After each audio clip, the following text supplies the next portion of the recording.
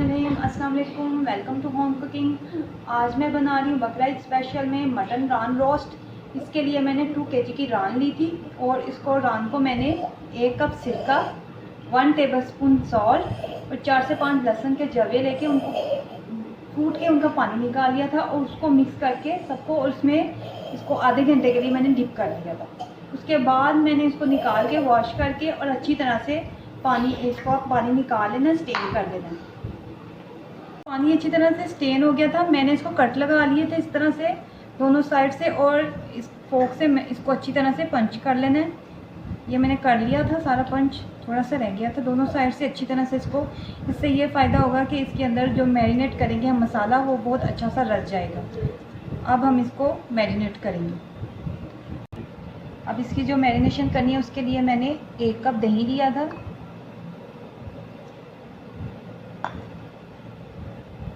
2 tablespoon अदरक का paste, 2 tablespoon लहसुन का पेस्ट ये इसमें डालेंगे।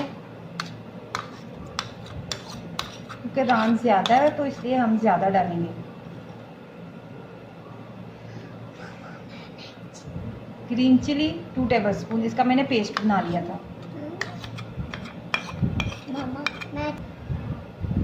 1 टेबलस्पून सॉल्ट,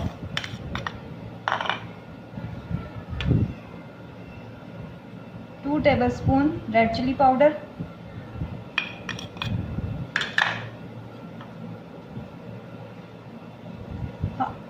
1/2 टीस्पून हल्दी और 1 टेबलस्पून सूखा धनिया, 2 टेबलस्पून तंदूरी मसाला, 1 टेबलस्पून गरम मसाला। इनको मिक्स करेंगे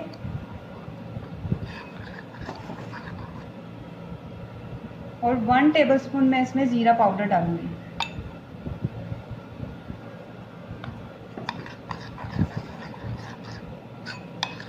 इस मसाले को अच्छी तरह से मिक्स करना है।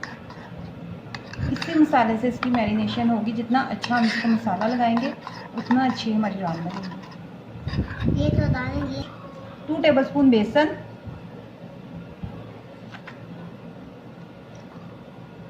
और पपीता इसमें हम डालेंगे। अगर आपके पास पपीता नहीं है, मेरे पास पपीते का पेस्ट है, कच्चे पपीते का। कच्चा पपीता लेंगे तो उसको आपने छिलके समेत इसके अंदर डालना, पेस्ट बना के। और अगर पका हुआ पपीता लेंगे तो उसका छिलका उतार के। मेरे पास कच्चा पपीता है, 2 टेबलस्पून मैं इसमें कच्चा पपीता डालूंगी। अगर पपीता नहीं है तो कचड़ी पाउडर भी डाल सकते हैं, लेकिन उसकी मिकदार आपको कम रखनी पड़ेगी।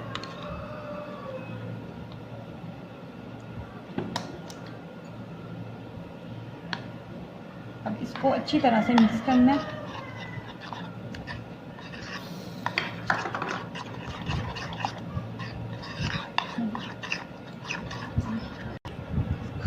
ये बेसन इसमें अच्छी तरह से मिक्स हो गया है, लम्स नहीं रहने चाहिए। 4 टेबलस्पून लेमन जूस इसमें डालेंगे। बेसन डाल के अच्छी तरह से मिक्स करना है।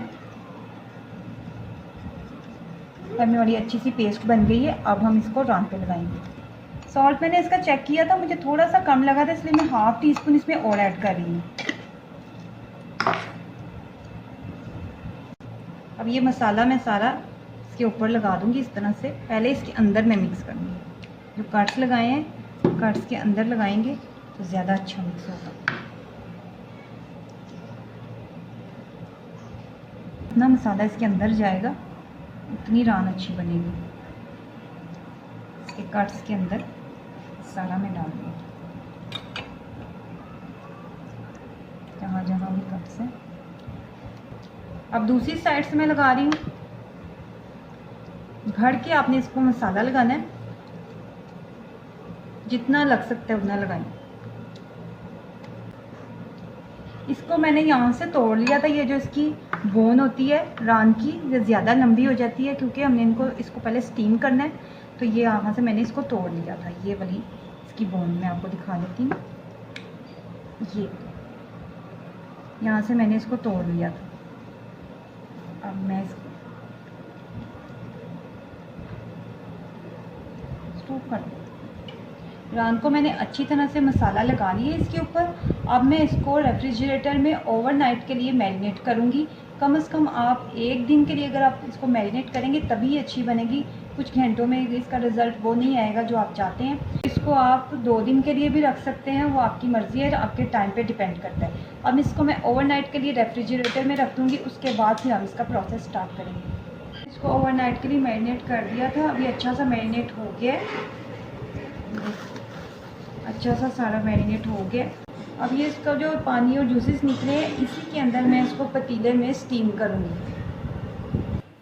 पतीले के अंदर मैं आप इसको रख दूँगी। बड़े साइज़ का हमें पतीला चाहिए। अब ये सारा मसाला मैं इसके ऊपर डाल दूँगी।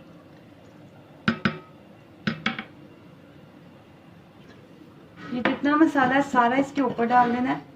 इसी मसाले में ये कुक होगी।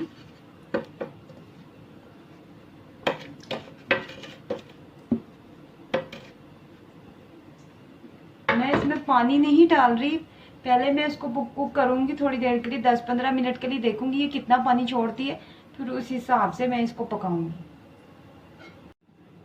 10 से 15 मिनट के लिए मैंने इसको रखा था, इसने इतना पानी नहीं छोड़ा, इसलिए मैं इसके अंदर 2 कप पानी ऐड करूँगी और इसको मैं स्टीम पे रखूँगी 1 से 1.5 घंटे के लिए। उसके बाद मैं इसको चेक करूँगी कि ये गल गई है या नहीं, क्योंकि ये रान बड़ी थी, इसको टाइम लगेगा। अगर छोटी रान है तो वो जल्दी बन जाएगी, उसमें पानी भी कम डलेगा। 1 घंटा हो गया मुझे इसको रखे हुए। मैंने इसको चेक किया था, लेकिन ये अभी तक हार्ड है, काफ़ी हार्ड है, क्योंकि ये रान थोड़ी बड़ी थी, तो इसलिए मैं इसको थोड़ी देर और कुक करूँगी। पानी इसने काफ़ी छोड़ दिया, इसी पानी में ये गलेगी, क्योंकि अगर पानी कम होगा तो ये नीचे लग जाएगी। अगर पानी ज़्यादा भी हो जाता तो कोई मसला नहीं है, हम इस पानी को ड्राई कर लेंगे आंच को हाई करके।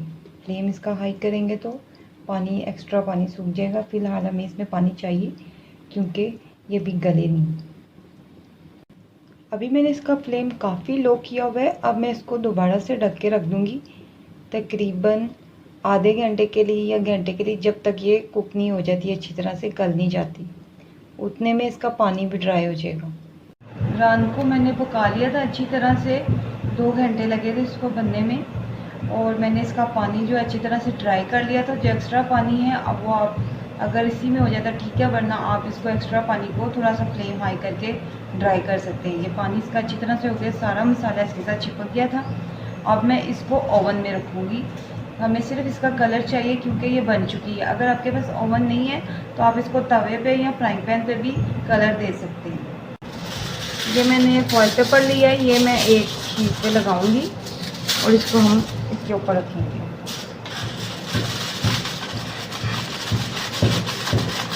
क्योंकि ऐसे रखेंगे तो इसका मसाला जल जाएगा, इसलिए इसके ऊपर ही रखना है। अब ये इसके ऊपर, ये मैं इसके ऊपर और इसके सारे जूसेस इसके ऊपर डाल देंगे ताकि थोड़ी सी जूसी रहेगी। थोड़ा सा आपने इसके अंदर पानी रखना है क्योंकि हमने ओवन में डालना है या फिर फ्राइंग पैन में भी करना है, तो थोड़ी सी जूसी रहनी चाहिए। 10 मिनट के लिए इसमें रखूँगी। सबसे पहले ग्रिल मैंने ऑन की है और इसको बस 10 मिनट के लिए कलर ही देना। अल्हम्दुलिल्लाह रान रेडी है, बहुत मज़े की बनी है। और आप इसको ओवन में बनाएं तो इसकी ये लुक आएगी रोस्टेड। अब चाहे तो तवे पे भी बना सकते हैं। मैंने इसको अफ़गानी राइस के साथ सर्व किया है। आप ट्राई कीजिएगा और बताइएगा कैसी लगी। अगर आपको मेरी ये रेसिपी पसंद आती है तो please subscribe my channel, like and share my video. अल्लाह हाफ़िज़।